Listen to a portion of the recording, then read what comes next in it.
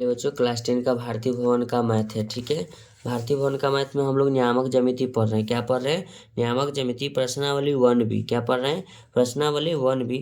आप लोगों ने अगर पिछला वीडियो नहीं देखा है कि क्वेश्चन नंबर 13 का हमने पीछे सोल्यूशन करके डाल दिया है। 14 नंबर सवाल क्या कहता है, चलिए देखते हैं। कहता है कि किसी त्रिभुज की भुजाओं के मध्य बिंदुओं का निर्देशांक में दिया है। यानी किसी त्रिभुज के भुजाओं के मध्य बिंदुओं का निर्देशांक है 1, 2, -3 और 3, 4 है। तो त्रिभुज के शीर्ष निर्देशांक ज्ञात कीजिए। चलिए, ये थोड़ा लंबा सवाल हो सकता है, कुछ नहीं। सबसे पहले चलिए एक त्रिभुज बनाते हैं।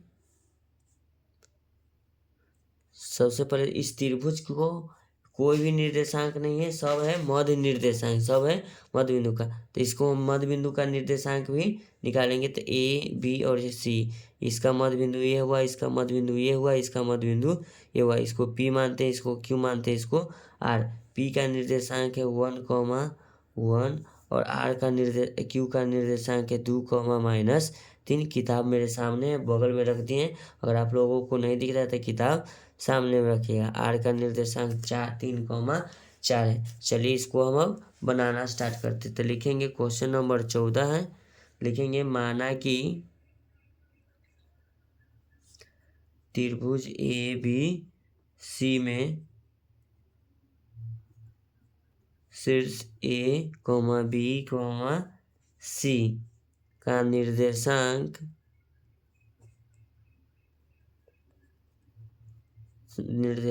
इसको मानते हैं x1, इसको मानते हैं y1, इसको मानते हैं x2, इसको मानेंगे y2, इसको मानेंगे x3, इसको y3। नहीं है कुछ तो मान लिए, तो वही लिख देंगे नीचे x1, y1, फिर लिखते हैं x2, y2, फिर लिखते हैं x3,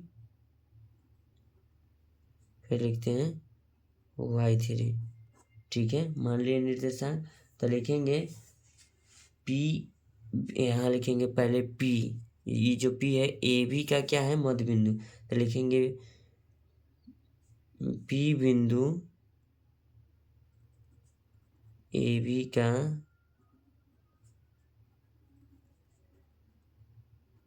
मध्य बिंदु है, मध्य बिंदु है। तो लिखेंगे P का x निर्देशांक, P का x निर्देशांक बराबर सूत्र होता है x1 + x2/2।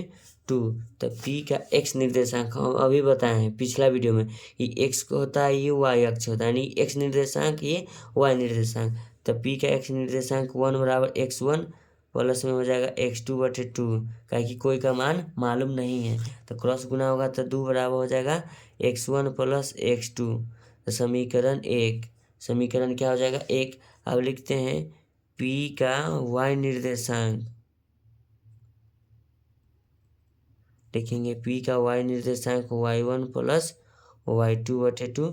P का y निर्देशांक देखिएगा, बिंदु P का x निर्देशांक y निर्देशांक 1, 1 है। तो लिखेंगे 1 बराबर y1 + y2/2, क्रॉस गुना हो जाएगा।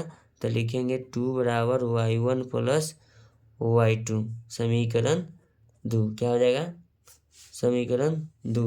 और उसके बाद ध्यान दीजिएगा,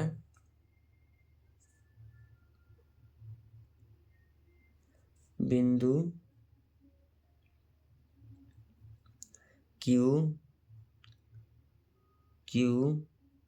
बिंदु Q AC का मध्य बिंदु है, मध्य बिंदु है। कैसे देखिए, बिंदु Q AC का क्या है, मध्य बिंदु। AC ये है, AC का क्या है, मध्य बिंदु। ठीक है ना। चलिए तो लिखेंगे Q का x निर्देशांक, Q का x निर्देशांक बराबर सूत्र होता है मध्य बिंदु का x1 + x2/2। तो ध्यान दीजिएगा Q का x निर्देशांक देखिएगा, Q का x निर्देशांक 2, y निर्देशांक -3, तो ये हो जाएगा 2। अब Q का x निर्देशांक, तो Q का x निर्देशांक x1 है, ठीक है, प्लस x2 में देखिएगा, x2 में कितना है, C का निर्देशांक कितना है, x3। तो इसमें क्या हो जाएगा आपका x3 हो जाएगा। क्या हो जाएगा, एक्स थ्री हो जाएगा एक्स टू के जगह पर। सूत्र हुआ ये मान हुआ उसमें जो माने हैं, तो ये हो जाएगा 2 दूना 4 बराबर x1 plus x1 plus x3। तो ये हो जाएगा समीकरण 3। और समीकरण 4 अभी निकालेंगे क्यू का y निर्देशांक से। लिखेंगे क्यू का y निर्देशांक। क्यू का y निर्देशांक वाला सूत्र था y1 प्लस y2 बटे 2। ये नहीं लिखना है। अब सी का y निर्देशांक पीछे लिखा हुआ है -3। y1 का तो मान y1 है, लेकिन y2 के स्थान पर इसमें y3 है सी का निर्देशांक बटे 2। 3 दूना 6 -6 बराबर y1 प्लस y3। समीकरण कितना पीछे निकाले 3, ये हो जाएगा समीकरण 4। इसमें समीकरण 6 को निकलता है। अब लिखेंगे बिंदु आर BC का मध्य बिंदु है। मध्य बिंदु है तो बिंदु आर BC का क्या है? मध्य बिंदु। तो बिंदु आर, तो लिखेंगे आर का एक्स निर्देशांक। आर का एक्स निर्देशांक हो जाएगा वही x1 प्लस x2 बटे 2। सूत्र हुआ। तो देखिएगा बिंदु आर का निर्देशांक क्या है? बिंदु आर का निर्देशांक में x बराबर 3 y बराबर 4 याद रखिएगा, हम डायरेक्ट लिख लेंगे। तो x निर्देशांक में हो जाएगा आपका 3 बराबर x1 और प्लस में x2। तो x1 में आया आपका x1 का मान हो जाएगा क्या चीज? 2। क्या हो जाएगा? 2 हो जाएगा। और x2 का जो मान है इसमें 3 हो जाएगा बटे 2। देखिएगा x1 हो जाएगा आपका x1 ही मानेंगे तो क्या हो जाएगा x2। तो x1 हो जाएगा x2, x2 हो जाएगा x3। ठीक है, तो यहाँ लिख देंगे 3 दूना 6 बराबर x2 प्लस x3। उस सूत्र है x1 प्लस x2 सब में लगाना है सूत्र है। इस समीकरण हो जाएगा आपका 5। समीकरण क्या हुआ? 5। चलिए अब लिखते हैं आर का समीकरण आर का y निर्देशांक। समीकरण y का आर निर्देशांक क्या होगा? x1 plus y1 plus y2 का बटा में 2। y1 प्लस y2 का 2। समीकरण आर का y निर्देशांक अभी बताएं 4 है पीछे फिगर में। तो y1 के जगह पर आपका हो जाएगा क्या चीज? y2 प्लस y2 के जगह पर y3 बटे 2। क्रॉस गुना करेंगे 4 दूना 8, 8 बराबर होगा y2 प्लस y3। समीकरण ये हो जाएगा आपका 6। समीकरण 6 हो गया। तो समीकरण 3 दूना 6 को निकल गया। तब लिख देते हैं समीकरण 6 यानी कि x1 प्लस x2 बराबर 2। समीकरण 1। फिर लिखते हैं y1 प्लस y2 बराबर 2। समीकरण 2। फिर लिखते हैं x1 प्लस x3 बराबर 4। समीकरण 3। फिर लिखते हैं x1 के हो गया मान। अब लिखते हैं y1 प्लस y3 बराबर -6। y1 प्लस y3 बराबर -6। समीकरण 4। फिर लिखेंगे समीकरण 5 है x2 क्या है? x2 प्लस x3 बराबर 6। क्या है? 6। समीकरण 5। फिर समीकरण 6 है y2 प्लस y3 बराबर 8। यहाँ देखिए समीकरण ये हुआ 6। समीकरण क्या हो गया? ये 6। अब कुछ नहीं करना, सब समीकरण को थोड़ा इधर से उधर जोड़ना घटाना है। ठीक है, आप लोग इसीलिए कहते हैं लिखते चलिए नहीं तो नोट डाउन करिए। तो लिखेंगे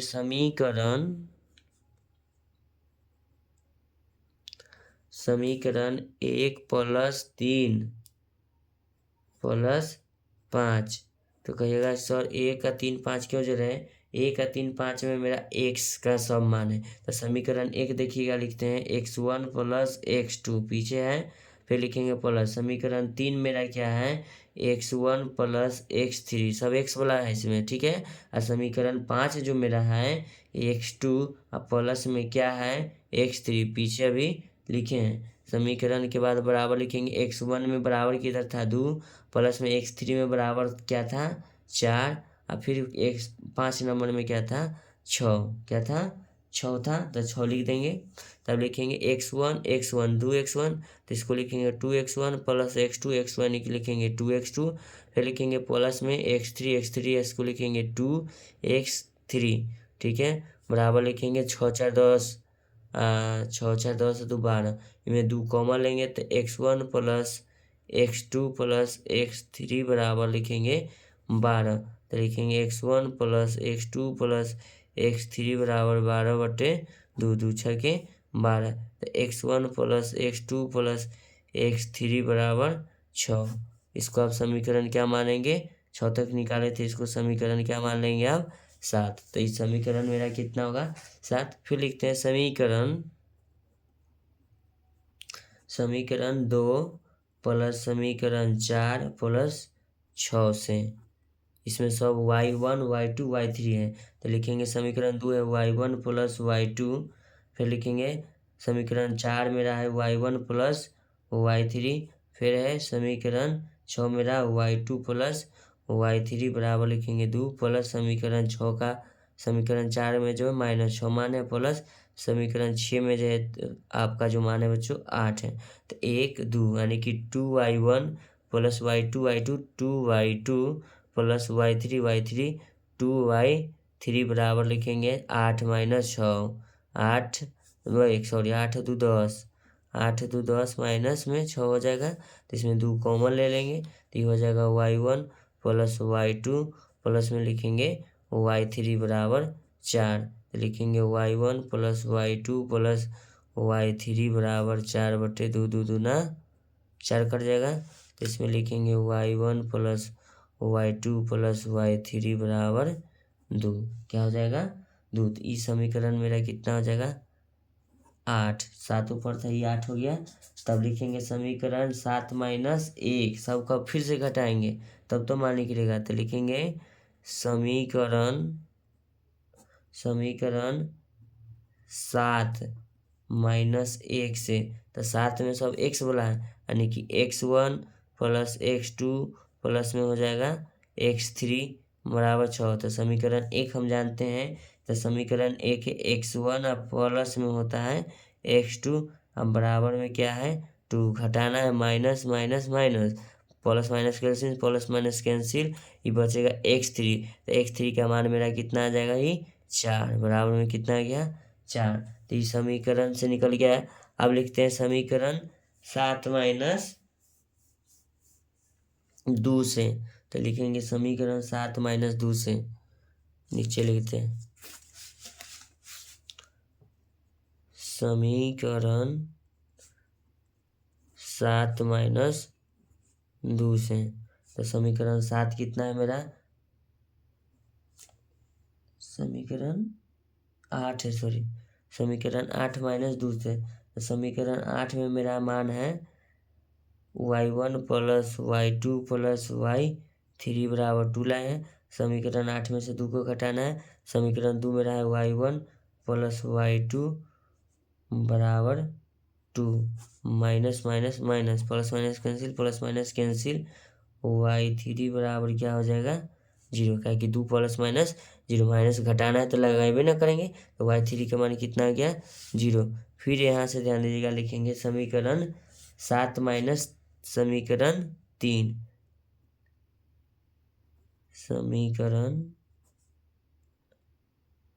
7 माइनस समीकरण 3 से तो समीकरण 7 में रहा है x1 plus x2 plus x3 बराबर 6 समीकरण 3 क्या है x1 प्लस में क्या है x3 बराबर 4 है माइनस करना है घटाना है तो सब माइनस हो गया तो x2 का जो मेरा मान है कितना हो जाएगा 6 में से 4 घटेगा 2 तो x2 का मान 2 आ गया।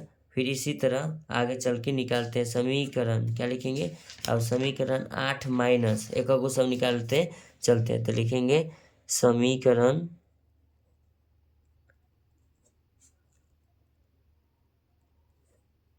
8 माइनस समीकरण 8 में सब 4 को घटाएंगे समीकरण 8 - 4 तो समीकरण 8 मेरा क्या है, y1 plus y2 plus y3 बराबर 2। कितना है समीकरण 4, माइनस में माइनस पहले y1 प्लस में y3 बराबर कितना है -6। ये हो जाएगा माइनस माइनस प्लस, घटाना है तो चिन्ह चेंज होगा, प्लस माइनस कैंसिल y2 बराबर कितना हो जाएगा 8। तो y2 का मान कितना आ गया 8 आ गया। चलिए थोड़ा पेज पलट लेते हैं। अब लिखेंगे समीकरण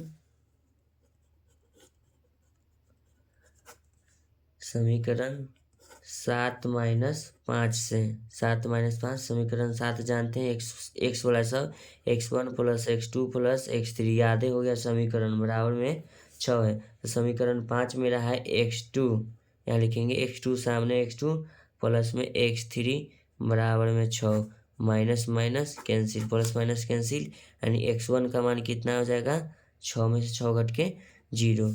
अब नीचे लिखते हैं सब का मान निकालिए। अब लिखते हैं समीकरण 8 माइनस 6 से, समीकरण 8 है y1 plus y2 plus y3 बराबर में क्या लिखेंगे 2। फिर समीकरण 6 है मेरा y2 प्लस y3 बराबर 8 है। सब समीकरण याद हो गया ना, तो आप लोग देखते रहिएगा, माइनस माइनस चिन्ह चेंज करेंगे, प्लस माइनस कैंसिल, y1 का मान कितना होगा, माइनस की संख्या ये बराबर वाला हुआ ये माइनस हुआ, ध्यान दीजिएगा, तो माइनस कितना हो जाएगा 6। तो समीकरण y1 का मान 6 आ गया। तो वही चलते अब सबका निर्देशांक लिख देते हैं। तो लिखेंगे बिंदु ए का निर्देशांक है x1 y1। तो x1 y1 का मान हम निकाले हैं 0 -6, ठीक है, पीछे निकाल दिए। अब लिखेंगे b का निर्देशांक, तो b का निर्देशांक क्या है x2 और y2। तो x2 का मान पीछे निकाले हैं 2 और x2 का 2 y2 का कितना है 8। चलिए पीछे सब निकालें। c का निर्देशांक है x3 y3। तो x3 का मान है 4, देखिएगा x3 का मान 4 है और x3 और y3 का मान 0 है, पीछे क्या हो जाएगा 0। यही निर्देशांक वही हमको निकाल लेना था कि इसका सबका निर्देशांक निकाले। अगर आप लोगों को ये वीडियो देखने में कैसा लगा तो ठीक है, चैनल को लाइक करो, चैनल को सब्सक्राइब करें। ऐसा ही मैथ का सोल्यूशन पाने के लिए मेरे चैनल को सब्सक्राइब करके चैनल पर बने, जहाँ से जहाँ आपको लाइक करिए, शेयर करिए, ठीक है ना। ऐसा ही वीडियो पाए करें, और आप मेरा इस वीडियो को समय देने के लिए हम आपको धन्यवाद करता हूँ, ठीक है। ऐसा ही कंटेंट पाने के लिए आप मेरे चैनल पर बने रहे। Thank you so much. अब आपसे नेक्स्ट वीडियो में फिर अगला क्वेश्चन का सलूशन करके मिलूँगा। देखिए इतना बड़ा एक छोटा सा क्वेश्चन, इतना समीकरण निकालना पड़ा है, 3 पेज में बना है। देखिए 14 को यहाँ से हम स्टार्ट किए हैं, देखिए, है ना, ठीक है। Thank you so much. हम मिलते हैं आपसे नेक्स्ट वीडियो में, ठीक है।